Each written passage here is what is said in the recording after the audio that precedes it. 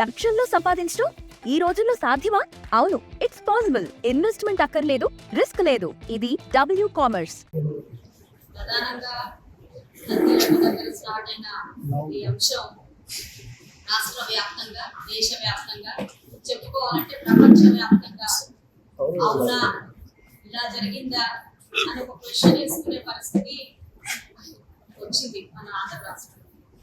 అయితే ఈరోజు కల్తీ లడ్డు గురించి, దాని వెనకాల తిరుగుతున్న వివాదాల గురించి, సుప్రీంకోర్టు ఆదేశాల మేరకు ఏర్పడిన సిట్ ఇచ్చిన వివరాల ప్రకారం అనేక అంశాలు ఒక్క వారం ఓపిక పట్టండి, రానున్న రోజుల్లో వెలుగులోకి వస్తాయి. దాని గురించి మనం ప్రత్యేకంగా కూర్చొని డిస్కస్ చేద్దాం. అయితే ఈ రోజు అంశం వచ్చేటప్పటికి దాని మీద ఫ్లెక్సీలు ఏర్పాటు చేసి 24 గంటల్లో ఆ ఫ్లెక్సీలు తొలగించకపోతే మేమే వచ్చి తొలగిస్తాము అని చెప్పి నడి రోడ్డు మీద వార్నింగ్లు ఇచ్చి, మరి గుళ్ళకెళ్ళి సంప్రోక్షణలు చేసి పూజలు చేయించుకొని లేనిపోని ప్రవోకింగ్ కి పాల్పడి మళ్ళీ దాన్ని రివర్స్ డ్రామా అంటే as usual what to do again and again same reverse drama create చేసి అరే అలా అనకూడదు అనేసాను అని కప్పు అని ఫీల్ అయ్యి పోనీ వెంటనే ఇంటికి వెళ్ళిన వెంటనే అంటే సరే అనుకోవచ్చు.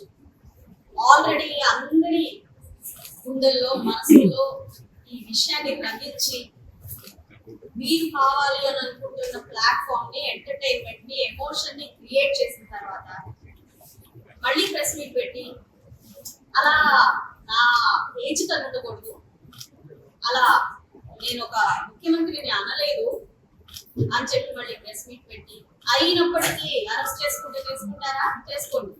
రెడ్ బుక్ కి భయపడతానా? భయపడు. కుక్క కూడా భయపడదు. ఈ ప్రొవోకింగ్ మాట్లాడి ఇలాగా ఒక రక్కస్ ఏదైతే పశ్చిమ నియోజకవర్గంలో ఒక 2 రోజుల క్రితం క్రియేట్ చేశాడు, మరి దానికి గల కారణాలైతే నాకు ఈరోజు వెనకాల బ్యాక్గ్రౌండ్ లో ఆలోచిస్తే అఫ్ కోర్స్ చిన్నపిల్లాడు కూడా చెప్తాడు కల్తీ లడ్డు విషయాన్ని, ఇంకా కొన్ని అంశాలని డైవర్ట్ చేస్తూ పబ్బం గడుపుకునే ఒక అద్భుతమైన ప్రయత్నం. అయితే ఈరోజు మీరు ఒక ఎమోషన్ ని క్రియేట్ చేసి అందరిలో ఈ ఒక రకమైన అభిప్రాయాన్ని క్రియేట్ చేసి రాష్ట్రంలో ప్రతిపక్షంలో ఉన్నప్పుడు ప్రతిపక్ష నేతల మీద ఏదైనా మాట్లాడచ్చు, అధికారం ఉంది కాబట్టి మాట్లాడేశాం, కానీ సీఎం అయినా కూడా మాట్లాడేయచ్చు, మేము మాట్లాడతాం అనే ఒక మెసేజ్ ని మీరు రాష్ట్ర ప్రజలకి అందించే ప్రయత్నం చేశారు.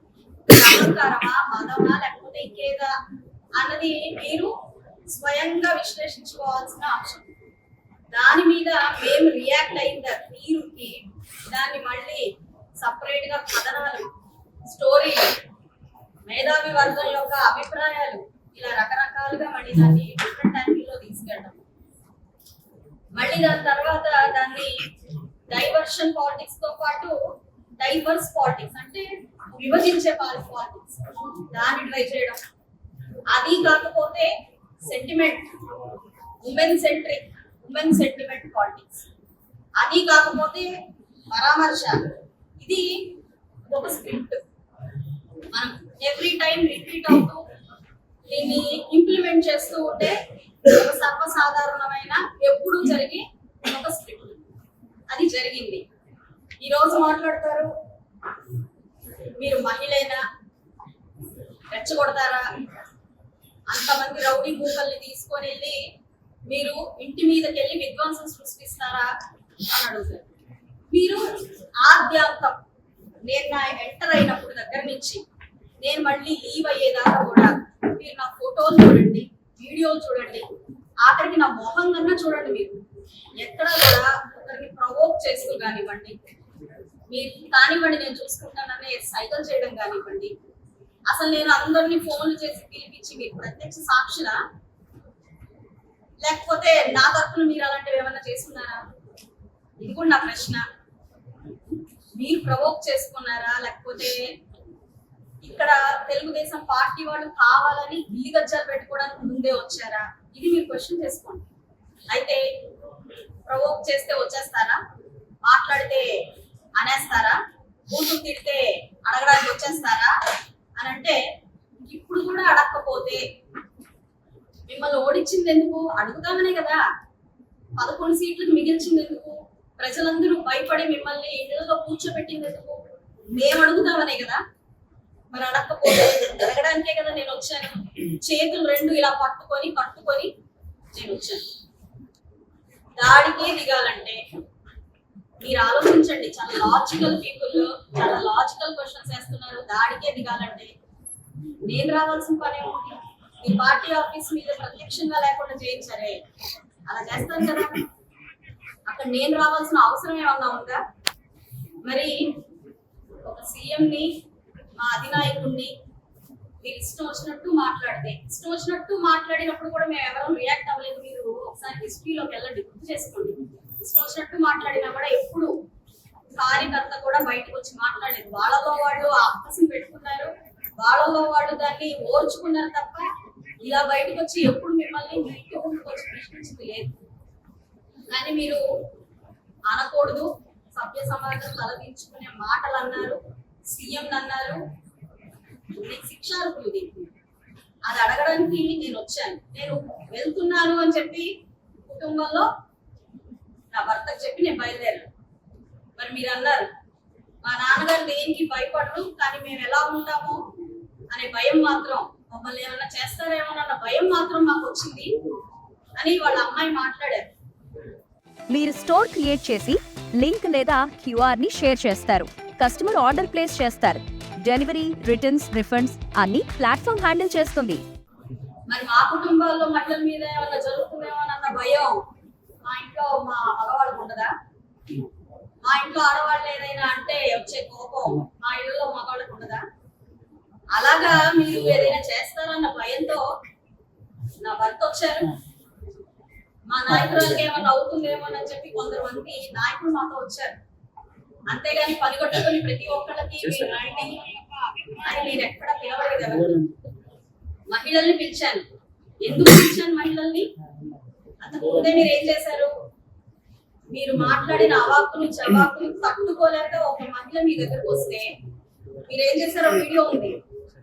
బహుశా ప్రతి మీడియా బ్రదర్ దగ్గర ఆ వీడియో ఉంటుంటది. రాళ్లతో కొట్టారు. ఆమె తగలని రాని చోట్ల తాళ్లతో, కొట్టరాని చోట్ల తాళ్లతో కొట్టి పంపించారు.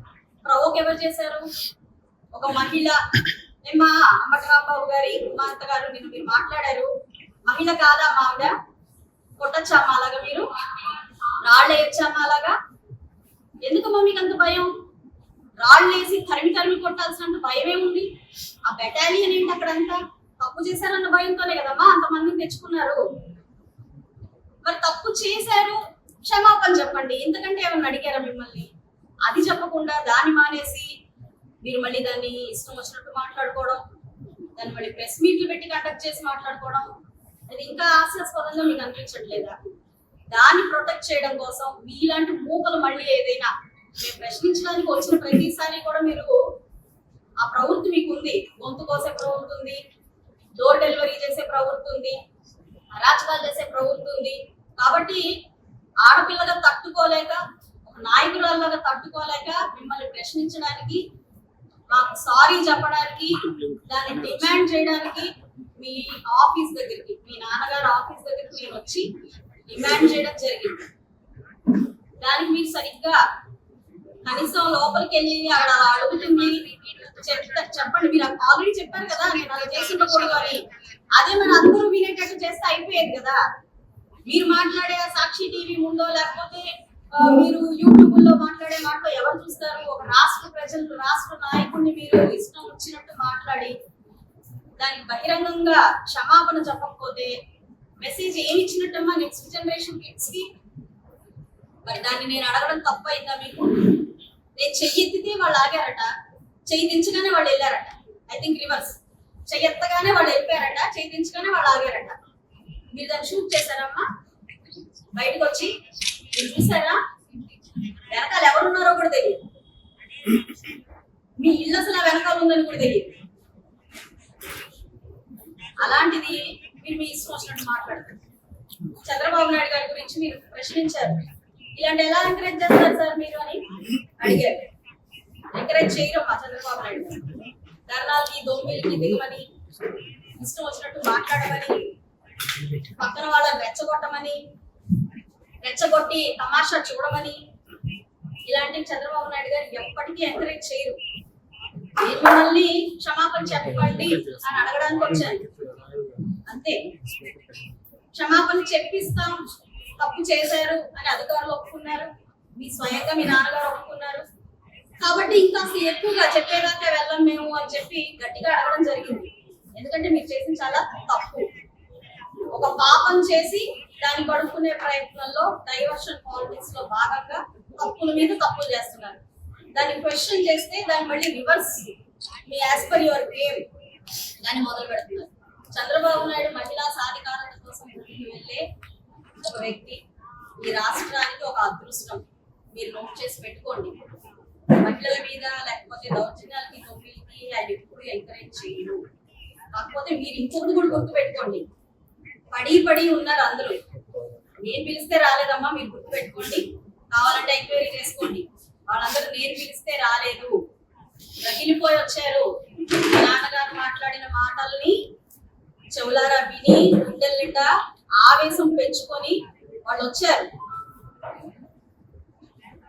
నేను క్షమాపణ నాకు చెప్పి తీరాలి అని చెప్పి నేను డిమాండ్ చేస్తాను. మీరు పెమ్మసాని గారి గురించి మాట్లాడుతున్నారు. ఆయన కూడా ఒక డాక్టరు, నేను ఒక డాక్టర్నే. ఆయన సినిమా చూపిస్తామన్నారు అని అన్నారు. అమ్మ, సినిమా చూపిస్తాము అన్న మాటకి మీరు నిజంగా చాలా చెల్లించిపోయారు కదా. మరి ఆయన మీ నాన్నగారు నడి రోడ్డు మీద కూర్చొని నవ్వుతూ హేళనగా ఏం మాట్లాడారో ఒకసారి వీడియో మీ నెంబర్ పంపిస్తే నేను పెడతాను, ఒకసారి చూడండి. దానికి ఏం చెల్లించాలి? వాళ్ళ ఇంట్లో ఉన్న వాళ్ళ సతీమణి దీనికి సమాధానం చెప్పాలి అని మీరు డిమాండ్ చేశారు. మరి ఆయన మీద మీరు పేరిన అవాకులు చవాకులు, మరి మీ అమ్మగారు వచ్చి ఆన్సర్ చెప్తారా తల్లి? వారి అమ్మగారికి ఇది సూటి ప్రశ్న అమ్మా. అంటే మీరు చేసేది చాలా కరెక్ట్. మీరు చేస్తున్నప్పుడు ప్రజాస్వామ్యం పనిచేయాలి. మీకు క్వశ్చన్ చేసినప్పుడు మాత్రం ప్రజాస్వామ్యం పనిచేయకూడదు. మీరు రెచ్చగొట్టేవేమో క్వశ్చన్ చేసినట్టు, మేము క్వశ్చన్ చేసేవేమో రెచ్చగొట్టినట్టు. ఇంత రివర్స్ టెండరింగ్ పార్టీని కానివ్వండి, లేదంటే అధినాయకుడిని కానివ్వండి, నాయకుల్ని కానివ్వండి, నిజంగానే రాష్ట్రం ఎప్పుడు చూడలేదు, చూడకూడదని కూడా నేను కోరుకుంటున్నాను. తర్వాత పవన్ కళ్యాణ్ గారు మనం వరం కోసం ఇప్పుడు ఎందుకమ్మా మీకు అది? పవన్ కళ్యాణ్ గారి గురించి మీ నాన్నగారు మాట్లాడిన మాటలు గుర్తు చేస్తే జస్ట్ రిపీట్ చేస్తే అంతా మర్చిపోయారు. యాక్చువల్ గా నేను కులం తీసుకొని మాట్లాడను, కానీ ఆయన అభిమానులు చాలు, ఏ కులంతో సంబంధం లేదు. కోట్ల మంది అభిమానులు ఉన్నారు. అవి చూస్తే చాలు, మళ్ళీ ఒకసారి రిపీట్ చేస్తే చాలు. ఎలా మాట్లాడారో తెలుసమ్మా మీకు? నిండు సభలో ఎలా మాట్లాడారో తెలుసా? మీ నాన్నగారు ప్రెస్ మీట్లు పెట్టి ఎలా మాట్లాడారో తెలుసా? పవన్ కళ్యాణ్ గారు మీరు కూడా నేను కూడా ఒకటే సామాజిక వర్గం అని గుర్తు చేశారు మీకు. అది అవసరం అమ్మా మీకు? తప్పు చేశారు, క్వశ్చన్ చేస్తున్నాము, ఆన్సర్ చేయండి. కులం ఎందుకు తల్లి మీకు? అదేంటి, అదేం ఆలోచన అసలు? అదెందుకు వచ్చింది? తప్పుకి కులానికి సంబంధం ఏమైనా ఉందమ్మా? లేదు కదా, మరి ఎందుకు తీసుకొచ్చారు దాన్ని? రంగా గారు పక్కన అంబటి గారు. హోమ్ మేకర్ అయినా, కంటెంట్ క్రియేటర్ అయినా, కిరాణా షాప్ ఓనర్ అయినా అందరికీ సమాన అవకాశం. భారతదేశం మొత్తం మీద దాదాపు 25,000 మందికి పైగా WCommerce తో స్టోర్స్ నడుపుతున్నారు. Visit www.wcommerce.store